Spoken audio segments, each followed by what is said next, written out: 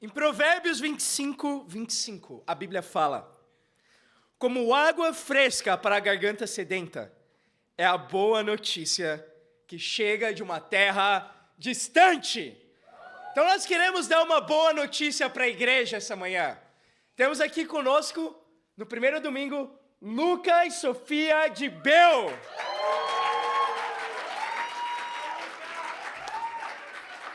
E é uma boa notícia poder receber irmãos tão queridos que vieram de uma terra distante. Para quem não sabe, eles estavam lá na igreja em Kiev, quando começou a guerra. E eles são refugiados de guerra agora. Eles foram para a igreja em Chicago, onde eles estavam há alguns meses já, e agora eles estão de volta aqui no Brasil por mais alguns meses para conseguir o visto e voltar para a igreja de Chicago. Mas é uma boa notícia estar com vocês, irmãos. Eu queria falar um pouquinho do Luca. Eu sei que muitos aqui talvez não conhecem o Luca, mas o Luca, eu estava falando com ele foi o batismo 102 da igreja. Não sei por que eu lembro isso, mas ele foi batizado em 2014. Eu tive o privilégio de participar dos estudos bíblicos dele. Eu estava lá e, a gente cresceu juntos espiritualmente. A gente aprendeu tudo que a gente sabe hoje do ministério juntos lá na USP. Luca é um grande amigo meu, foi meu padrinho de casamento. Bom, ele casou lá um pouquinho longe, então não consegui estar no casamento dele. Mas a gente passou anos juntos aqui na igreja em São Paulo. Ele liderou por algum tempo o English Service aqui junto com a Sofia. E é uma alegria enorme ter vocês aqui com a gente, irmãos. Em especial, queria falar do Luca. Amém, sim, muito especial. Bem-vindos. Sim, é muito especial. E alguns de vocês também lembram da Sofia, porque ela serviu como missionária aqui também por algum tempo junto com o Luca. Na verdade, o Brasil foi onde eles se conheceram, que é muito especial também. Então, é uma grande alegria tê-la. Ela entende português, apesar de não ser daqui. Então, tem um talento incrível com línguas, mas também está aqui de servir de todo o coração. Então, muito obrigada. E aprendam com eles, né? Que é incrível. Eles passaram por muita coisa e, pela graça de Deus, estão aqui também. Então, é isso. Exato. E a Sofia tem um português melhor do que muitos de nós aqui. Verdade. Português, ela é incrível, sério. Você pode falar com ela em português tranquilamente. Você não precisa saber russo para falar com ela, tá bom? Então falem com eles no convívio. Eu não vou deixar eles falarem agora, porque o Luca vai pregar a palavra de Deus pra gente hoje. E a Sofia vai compartilhar para a Santa Ceia. Então, sem mais delongas, agora o Luca ele vai pregar pra gente. Coloca mais alto.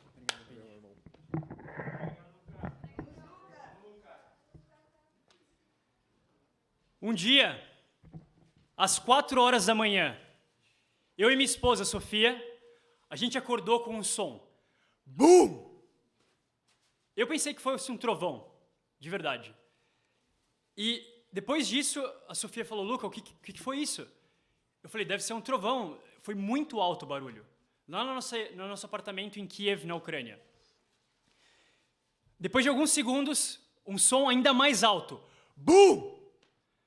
E aí, a Sofia ficou preocupada, ela se levantou, ela foi para ver na janela, e tinham, 30 pessoas na rua, com as malas prontas, o supermercado estava com uma fila gigantesca. Todo mundo estava se preparando já para poder se esconder nos metrôs, nos bunkers, porque oficialmente, no dia 24 de fevereiro, o exército russo invadiu a Ucrânia. Eles estavam invadindo o país inteiro, considerado o maior país da Europa.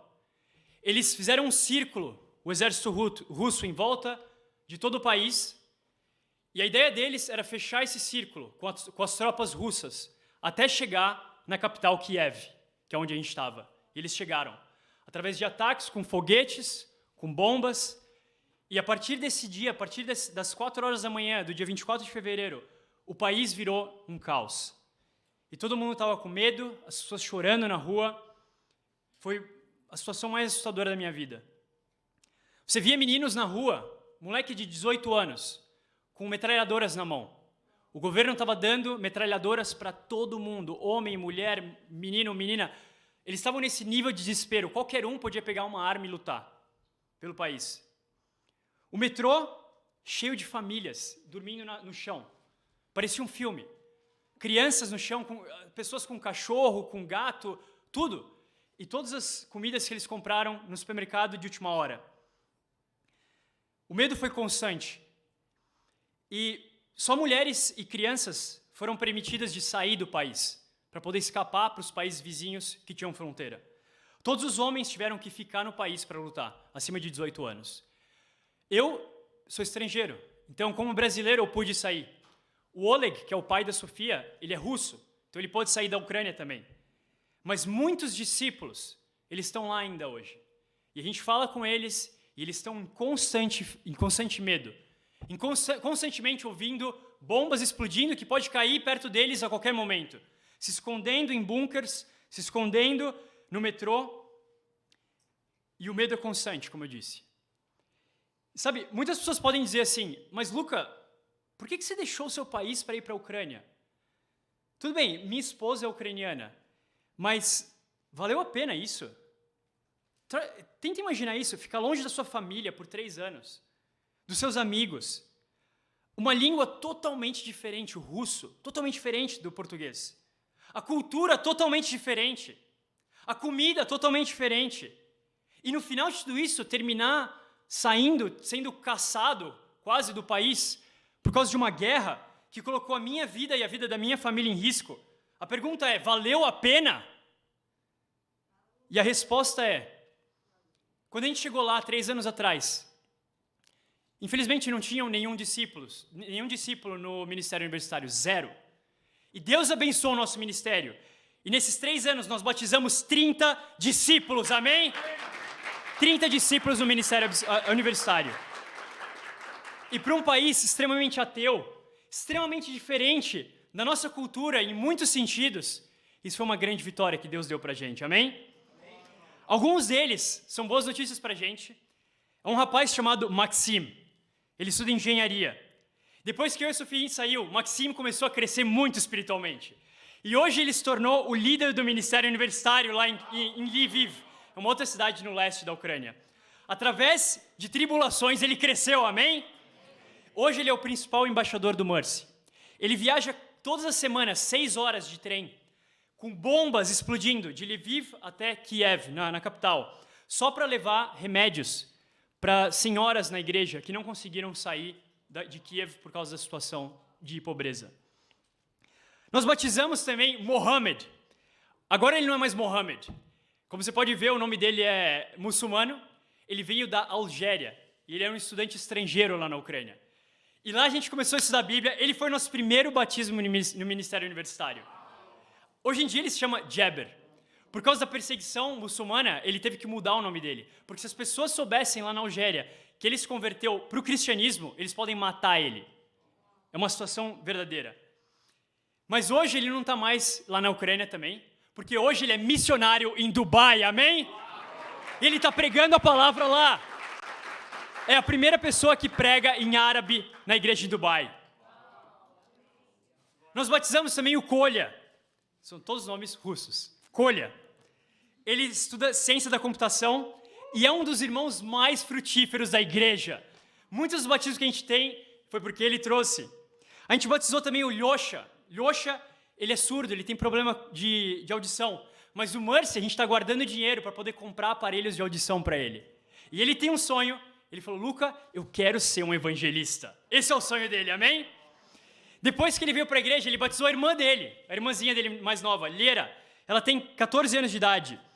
E ela viaja, presta atenção nisso, ela viaja todos os dias, cerca de 40 minutos andando e depois 3 horas de trem, só para estar em cada reunião da igreja. Ela está em todos os bate-papos, em todos os cultos de mulheres, em todos os devocionais, em todos os cultos de domingo. Qual é a sua desculpa hoje? Nós batizamos também Angelina, Lyuba, Kátia. Todas elas agora estão fora da Ucrânia por causa do perigo e elas são refugiadas na Polônia e estão trabalhando tempo completo, sendo pagadas pela igreja para poder ser missionário e fazer discípulos na Polônia, amém? Então, você pode me perguntar, mas Luca, depois de todo esse sofrimento, valeu a pena? E a minha resposta é, absolutamente, amém? Absolutamente. Para salvar almas, sempre vale a pena, amém? O título da pregação é Coração Missionário, amém? Coração missionário. E nós temos 3 pontos hoje. O primeiro ponto, um missionário é um estrangeiro. O segundo ponto, um missionário não se compara com os outros. E o terceiro ponto, um missionário está sempre mudando. Vamos começar com o primeiro ponto. Um missionário é um estrangeiro. Abram comigo em Gênesis 37:1. Gênesis 37:1.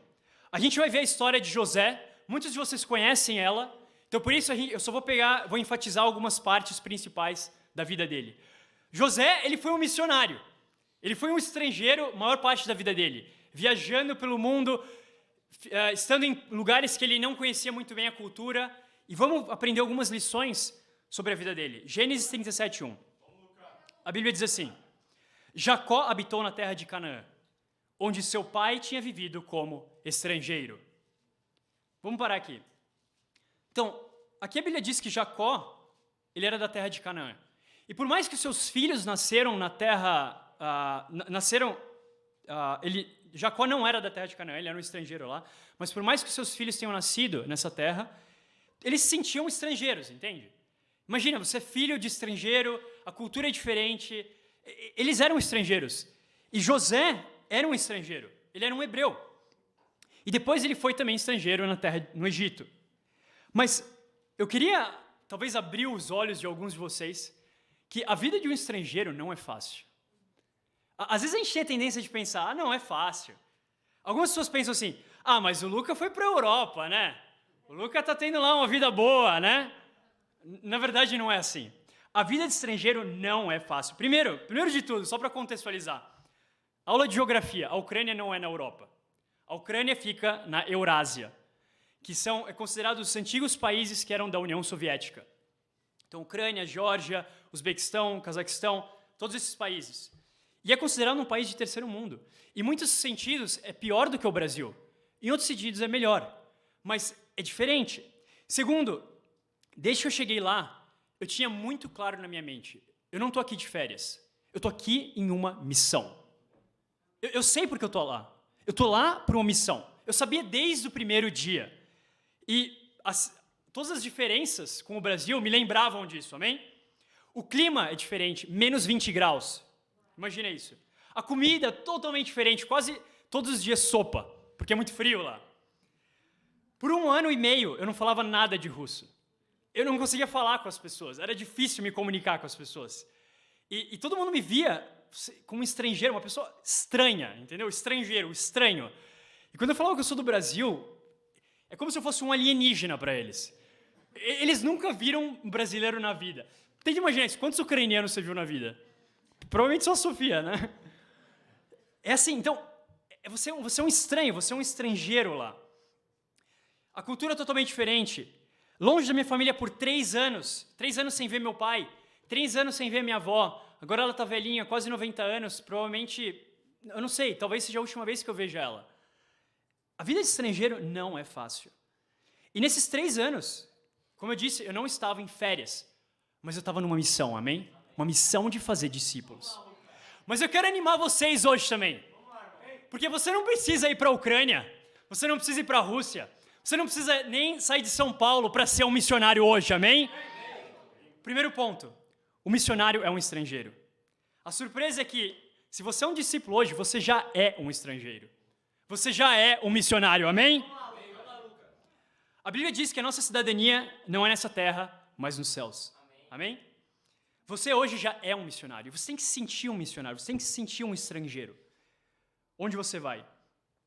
Você está em uma missão hoje, amém? E por isso você tem que estar fora da sua zona de conforto. Lá na Ucrânia, eu estava o tempo todo fora da minha zona de conforto. O tempo todo, o mundo estava me lembrando que eu era estranho, que eu era um estrangeiro, que eu não pertencia àquele lugar, que minha terra natal era muito longe dali. E você tem que se sentir da mesma forma com o mundo. Você tem que entender onde que você vai, se não são discípulos. Esse não é o meu povo. Essa não é a minha cidadania. A nossa cidadania é nos céus, amém? E se a gente está aqui hoje, é porque a gente tem uma missão. A gente não está aqui de férias, a gente está em uma missão, amém? Pergunta, quantas pessoas no seu trabalho sabem da sua missão? Quantas pessoas na sua escola sabem da sua missão? Quantas pessoas na sua universidade sabem da sua missão? Na sua família? Quantas dessas pessoas sabem que você hoje é um estrangeiro? Quantas dessas pessoas sabem? Amém? Vamos lá, Lucas. As duas perguntas que todo mundo me fazia lá. Eu já sabia a ordem, já sabia o que ia vir. Primeira pergunta, quando eles ouviam que eu tinha sotaque, quando eu comecei a falar russo, eles perguntavam, de onde você é? Brasil. E a segunda pergunta, imediatamente, o que você está fazendo aqui? Para eles, não tem sentido nenhum. Então, para mim, era impossível esconder a minha missão. E aí eu compartilhava a fé com as pessoas, amém? Mas da mesma forma, de forma análoga, a gente tem que se sentir assim, a gente tem que se sentir estrangeiro. Onde quer que você vai, você tem que lembrar da sua missão. Não se esqueça da sua missão. Quando você sair desse culto hoje, lembra disso. Eu tenho uma missão. E o mundo vai te lembrar disso, porque o mundo vive de forma diferente. Você é hoje um estrangeiro, amém? Esse é o nosso primeiro ponto. O missionário é um estrangeiro. Segundo ponto. O missionário não se compara com os outros. O missionário não se compara com os outros. Abram comigo em Gênesis 37, do 5 ao 8. Gênesis 37, versículos 5 ao 8. A gente vai ver na história de José uma parte da sua vida em que ele se comparou com os outros. E não acabou muito bem. Versículo 5. Certa vez, José teve um sonho. E quando contou aos seus irmãos, eles passaram a odiá-lo ainda mais. Ouçam o sonho que tive, disse-lhes. Estávamos amarrando os feixes de trigo no campo, quando o meu feixe se levantou e ficou em pé, e os seus feixes se ajuntaram ao redor do meu, e se curvaram diante dele. Seus irmãos lhe disseram, então você vai reinar sobre nós? Quer dizer que você vai nos governar? E os odiaram ainda mais, por causa do sonho e do que tinha dito. Olha que interessante, o que a gente vê aqui? José agora ele teve um sonho. E claro, não foi pecado para ele ter um sonho. Foi uma revelação de Deus, um sonho incrível que Deus tinha para a vida dele. Ele ia ser um governador, ia governar não só sobre os irmãos, mas sobre muita gente. E isso não é pecado, isso não é ruim. Mas o problema é que ele fez questão de ir lá e contar para os irmãos dele. Deixa eu te contar como eu vou reinar sobre vocês. E eu não sei se foi muito sábio isso ou não, entende? Mas o nosso ponto é, um missionário não se compara com os outros. Mas a verdade é que como um missionário, e cada um de vocês é um missionário, amém? A gente já passou por essa parte. E como um estrangeiro, e cada um de vocês é um estrangeiro, amém? A gente já passou por essa parte também. É muito fácil você se comparar com as pessoas. É muito fácil se comparar com os outros. É muito fácil você dizer assim, olha tudo que Deus me deu. Olha como eu sou abençoado por Deus. Uau, Deus não abençoa esse irmão tanto quanto ele me abençoa. Ou essa irmã tanto quanto me abençoa. Deus me ama. Olha só que incrível o plano que ele tem para mim. E é muito fácil você ficar arrogante dessa forma. É muito fácil você ficar orgulhoso. Amém? E é muito fácil você ir para o outro extremo também. Mas Deus, olha para a minha vida. Por que tudo é errado na minha vida? Por que eu não tenho um namorado ou uma namorada na igreja? Por que eu não estou casado? Por que eu não consigo um bom trabalho? Por que os meus sonhos não se realizam na minha vida? Olha aquele irmão, olha aquela irmã, parece que todo mundo, a vida deles está passando, eles estão crescendo, estão se tornando pessoas melhores dentro do reino e eu estou aqui. E minha vida, nada acontece. Você já se sentiu assim? Isso é uma insegurança que acontece com a gente e você pode cair num auto-vitimismo. Amém? Sabe, tem um estudo que eu li essa semana, muito interessante. Sabe essas corridas, eu não sei como é que se chama, que eles fazem em uma pista oval. Sabe, tem uma pista oval, acho que eles têm na USP, né? Uma pista oval, e aí as pessoas tem uma corrida, e quando eles estão na largada, eles estão lá se preparando nessa posição, geralmente eles não ficam na mesma linha, se vocês verem. Por quê? Porque a pessoa que está mais perto do centro do círculo oval, eles percorrem uma trajetória menor, porque vai ser muito mais rápido para eles. Os que estão mais longe, uma trajetória muito maior. Então, o que eles fazem? Eles calculam de forma matemática e o que eles fazem para ser justo? As pessoas começam na largada de forma diagonal. Então, alguns mais atrás, vocês já viram isso? Alguns mais atrás, outros mais à frente. E a pessoa que está na parte mais exterior, lá na frente. E eles fizeram um estudo que todos os corredores eles preferem estar na parte lá da frente. Porque, psicologicamente, você sabe Você sabe matematicamente, fisicamente, que vocês vão correr a mesma distância. É justo, eles calcularam isso. Mas psicologicamente, todo mundo prefere ficar mais na frente. Porque quando você está atrás e você começa a corrida, essa pressão de insegurança, de tipo, tá todo mundo na minha frente, eu tô ficando para trás, todo mundo prefere começar lá na frente, mesmo que eles corram a mesma distância. Não é interessante isso? Como que a nossa mente engana a gente? E muitas vezes você pode pensar assim, mas olha só isso, eu estou mais atrás nessa corrida espiritual. Mas na verdade não, porque Deus ama todos nós da mesma forma, amém? Todo mundo está começando, todo mundo vai correr a mesma corrida espiritual. Essa é a verdade. Deus não ama um irmão, uma irmã mais do que você. Você tem que parar de se comparar com as pessoas, amém? E você tem que correr o seu melhor nessa corrida espiritual. Vocês estão comigo, igreja? Eu gostaria de ser aberto. Muitas vezes na Ucrânia, eu me comparava, eu pensava, aqui no Brasil, como que era? E eu pensava, a esse momento, eu tô aqui nesse frio, provavelmente o Túlio e a Vaitza estão lá na Colômbia, mó calor, eles devem estar na praia, assim, compartilhando a fé. E eu tô aqui, tipo, com um monte de casaco e vento e neve, e eu me comparava às vezes, sabe? Ou então, eu pensava, o Danilo e a Carol devem estar lá no Peru agora. Eu amo comida peruana. E eu pensava, eu tenho que comer essa sopa, mas vamos lá. Mas isso não é espiritual, entende? A gente tem que parar de se comparar com os outros. Você tem que acreditar nisso, que Deus tem um plano individual para cada um de vocês. Deus tem um plano só para você. E vai ser incrível. Mas para isso, você tem que decidir ser um missionário hoje. Amém? 3 fatores para ser um missionário. Você quer ser um missionário? Você precisa de 3 fatores. Toma notas disso. Primeiro, você precisa fé. Amém? Segundo, você precisa fé. Amém? E terceiro, o que vocês acham que você precisa? Fé. Amém? Se você tiver fé, hoje você pode ser um missionário. Amém? Se você tiver muita fé dentro de você, hoje você pode sair desse culto e compartilhar a sua fé com alguém. Amém? E assim você vai colocar em prática a lição de ser um missionário. Vocês estão comigo, igreja?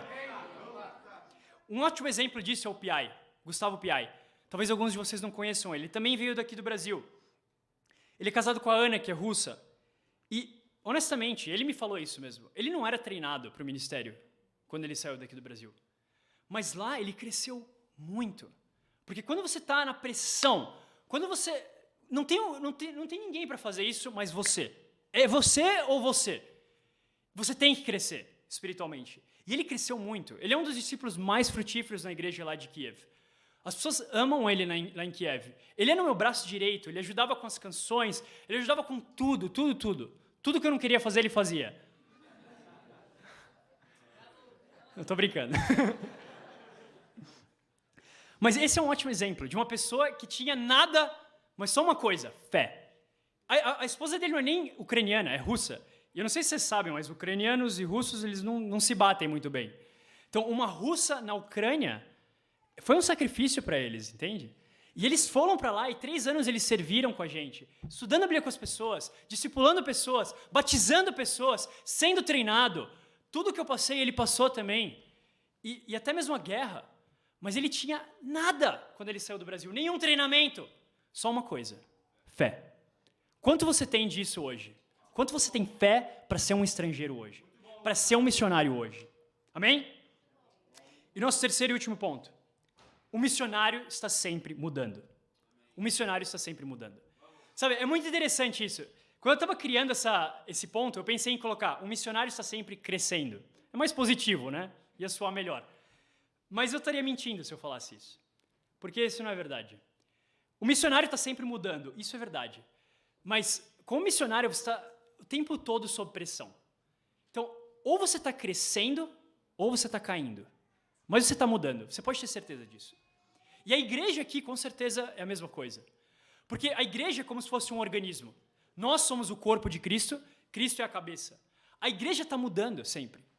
Ou crescendo, ou caindo. Depois de 3 anos, eu posso ver claramente que a igreja de São Paulo está crescendo, amém?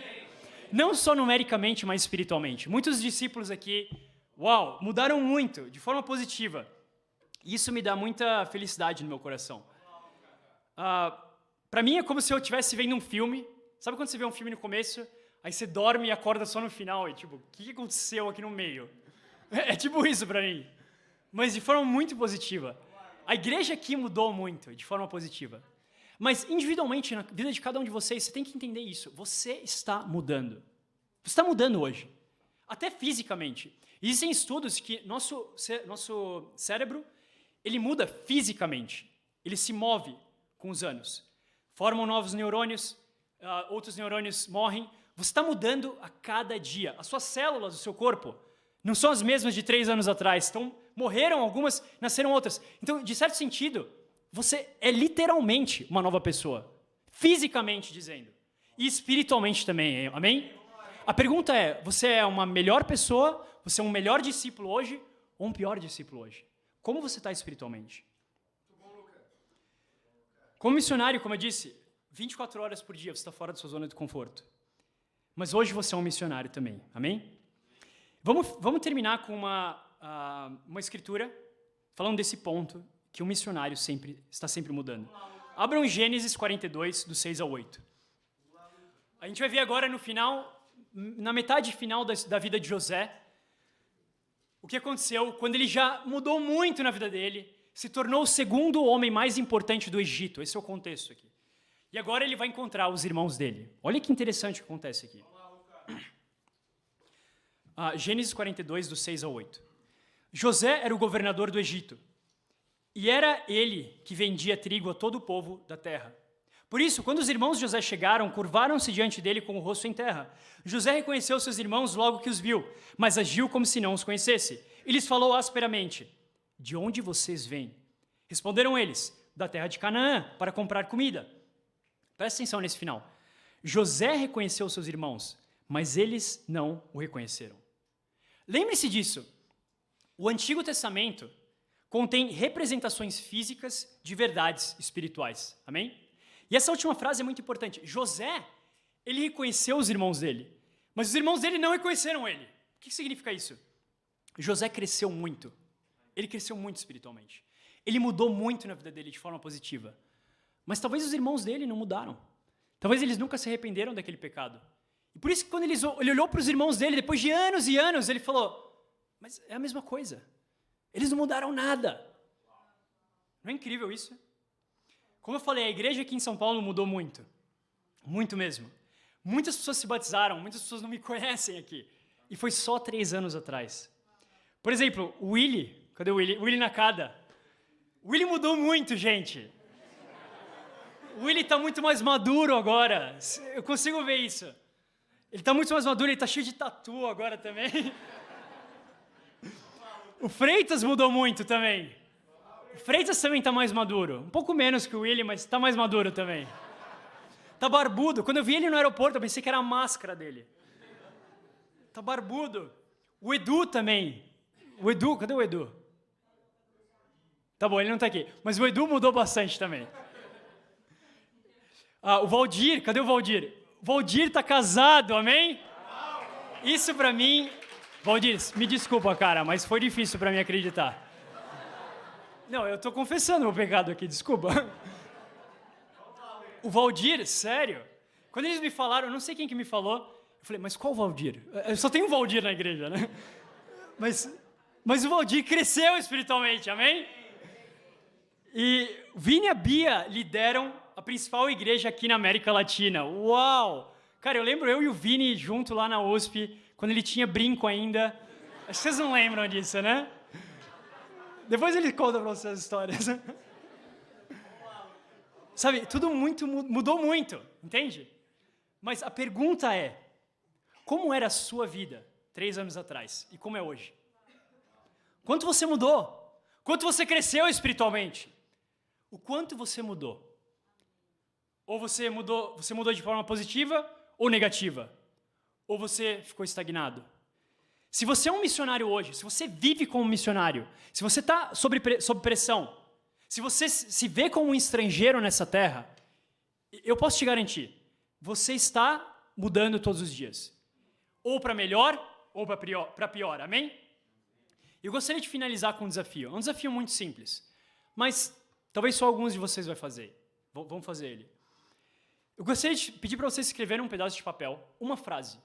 E escreve, porque quando a gente escreve, isso entra na nossa mente e no nosso subconsciente. Isso ajuda a gente.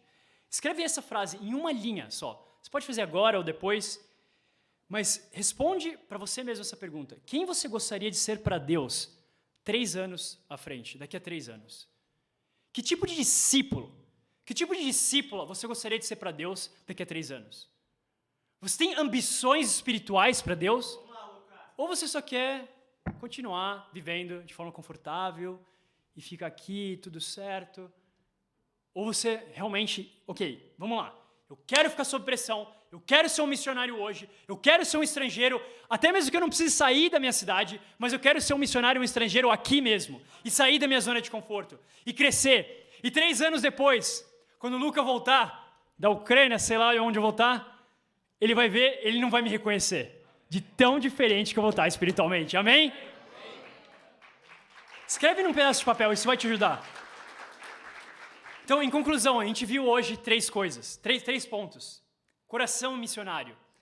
O primeiro ponto é, um missionário é um estrangeiro. Você não é parte dessa terra, você tem que se lembrar disso. Eu estou aqui numa missão.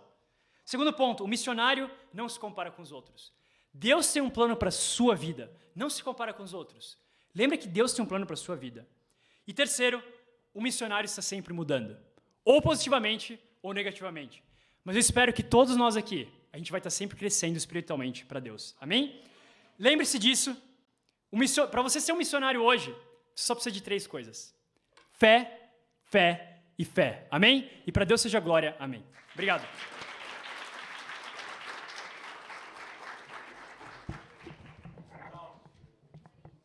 Amém? Muito obrigado, Luca. Vamos cantar agora Glorioso Deus.